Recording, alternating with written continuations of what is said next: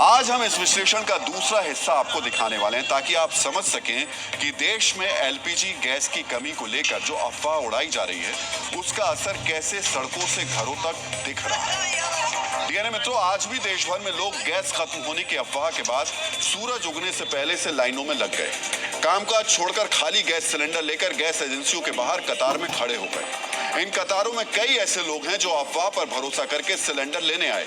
इन लोगों के घर में चूल्हा जल रहा है, घर में एक्स्ट्रा सिलेंडर भी रखे हुए हैं, फिर भी ये बैकअप तैयार करने के लिए यहाँ खड़े हो गए। मित्रों, पैनिक किस तरह से फैला है उसका सबसे बड़ा प्रमाण अब आपको देखना चाहिए। ये तस्वीर देख रहे हैं आप।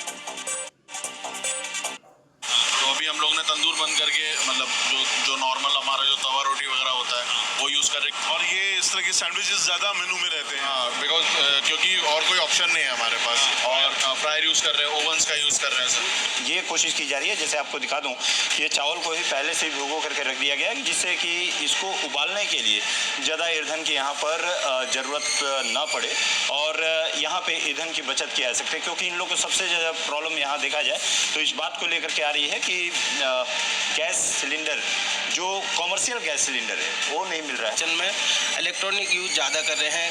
तंदूर पे जैसे पराठे लगाने या दाल बनाना, अंडे बॉईल करना, ये चीज़ें हम ज़्यादातर तंदूर पे यूज़ कर रहे हैं।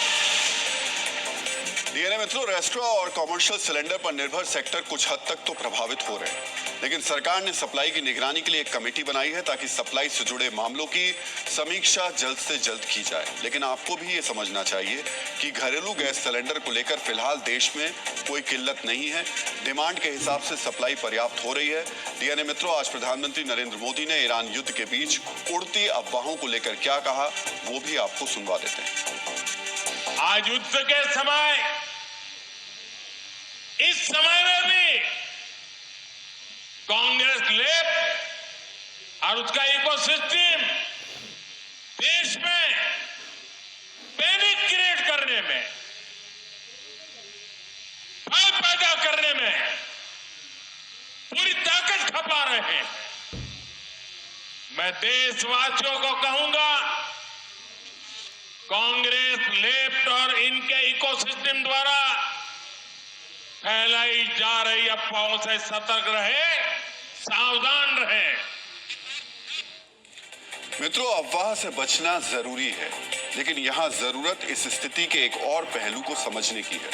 गैस और तेल में हम आत्मनिर्भर नहीं हैं, आयात पर निर्भर हैं। यानी ये सिस्टम के हाथ में नहीं है कि जब वो चाहे उत्पादन बढ़ा दे। इसलिए सिस्टम सतर्क है। जो जरूरी तैयारी है हमें उम्मीद है वो की जा रही होगी, लेकिन हमें अपने स्तर पर भी सतर्क रहना होगा। हमें भी तैयारी करनी होगी, क्योंकि आज संकट नहीं है, लेकिन अगर युद्ध लंबा चला, होर्मुज का संकट और बढ़ा, तो ये संकट जल्द ही हम तक पहुंच जाएगा। उस समय आपकी अभी से की गई तैयारी ही काम आएगी। आज हम इस विश्लेषण का दूसरा हिस्सा आपको दिखाने वाले हैं ताकि आप समझ सकें कि देश में एलपीजी गैस की कमी को लेकर जो अफवाह उड़ाई जा रही है उसका असर कैसे सड़कों से घरों तक दिख रहा है। डीएनए मित्रों, आज भी देश भर में लोग गैस खत्म होने की अफवाह के बाद सूरज उगने से पहले से लाइनों में लग गए। कामकाज छोड़कर खाली गैस सिलेंडर लेकर गैस एजेंसियों के बाहर कतार में खड़े हो गए। इन कतारों में कई ऐसे लोग हैं जो अफवाह पर भरोसा करके सिलेंडर लेने आए।